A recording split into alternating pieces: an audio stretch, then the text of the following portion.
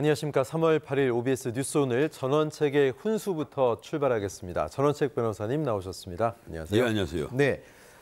자, 4.10 총선이 오는 11일이면 꼭 한 달, 30일 앞으로 다가옵니다. 거대 양당 국힘과 민주당 공천 작업이 마무리 단계에 들어가고 있죠. 이제 전열을 정비하면서 원내 일당 과반 의석을 목표로 한 달 동안 정면 승부를 벌입니다. 자, 오늘 갤럽 여론조사 나오는 날이죠. 정당 지지도 보면 국민의힘 37, 민주당 31, 6%포인트 차로 국민의힘이 리드를 하고 있습니다. 녹색정의당 1, 개혁신당 3, 새로운미래 1. 자, 조국신당이 6%. 근데 저게 이제 비례투표 의향으로 갈 때는 훨씬 더 높아집니다. 자, 22대 의원 선거 결과 기대, 어떤 결과를 기대하냐? 여당에 좀 힘을 실어주고 싶다. 여당 다수당선 39, 제1야당 다수당선 35고요. 자, 응답 모름 11, 제3지대 당선 16입니다. 범야권이 51%인데 자, 5차 범위 내에서 민주당의 앞서는 결과가 나왔고요. 조국혁신당 6%, 상당히 좀 의미가 있습니다. 국민의힘이 이렇게 되면 분위기가 상당히 좋아졌는데 변호사님, 과반이 가능할까요?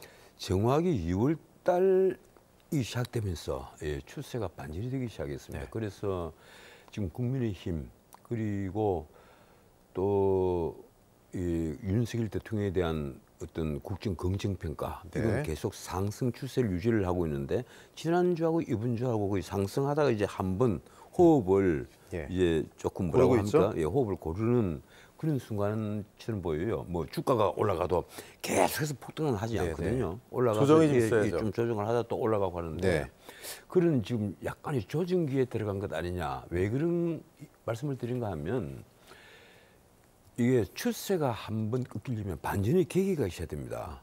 근데 지금 이 상황에서 민주당과 이재명 대표가 반전의 계기를 찾지를 못하고 있는 것이 보이는 거거든요. 원래 이 선거가 시작될 무렵에는 가령 이재명 같으면 사법 리스크, 민주당은 이재명의 사법 리스크가 너무 크다. 뭐 일주일에 3번씩 재판을 받아 다녀야 되는 게 어떻게 하느냐.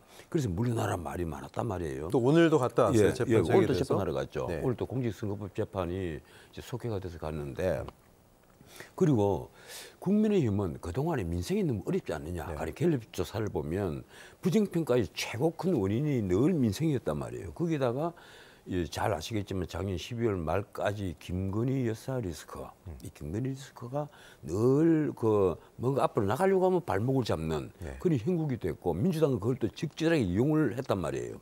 그래서 상특권 문제가 터진 거잖아요. 그런데 그걸 일거에 다 없애버리는 엄청난 사건이 하나 터진 겁니다.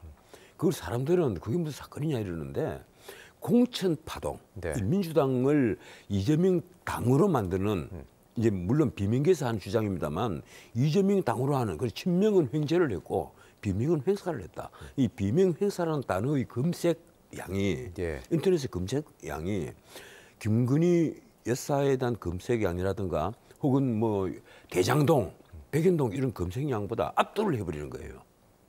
그냥 그 말은 뭔가 하면 민주당에 몰아닥친 일종의 그 공천 파동 이거는 문자 그대로 당의 분열을 넘어서는 엄청난 실망을 주는 대사건이다. 그래서 민주당의 지지도가 2월 초부터 이제 꺾이기 시작했는데 지금 반전의 계기를 못 찾는 것은 이번에 마찬가지입니다. 모든 언론을 보면 다 나오고 있지만은 사천이단 말, 뭐 이렇게 명당이 완성됐다는 말, 이런 말이 넘친단 말이에요.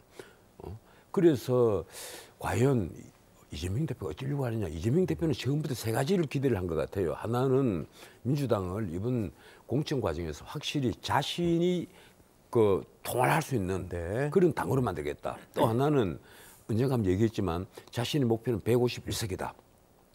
절대 다수의 우위를 차지해서 그래서 앞으로 대선까지 가는데 확실한 방탄조끼를 입겠다.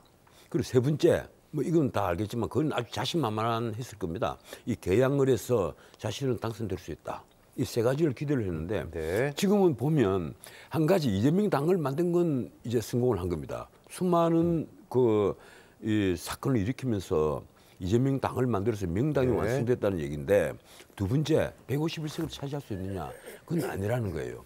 지금 느닷없이 그 국민의힘 정당이 민주당이 보기에는 참 느닷없는 일이에요. 네. 민주당을 거의 오차범위 밖에서 이기는 여론조사가 계속 나온단 말이에요. 이번에 이제 그렇죠. 갤럽은 다시 오차범위 안으로 다시 좁혀졌지만은 네. 지금 뭐 7%, 8%포인트 이 차이를 보이면 오차범위 밖이거든요.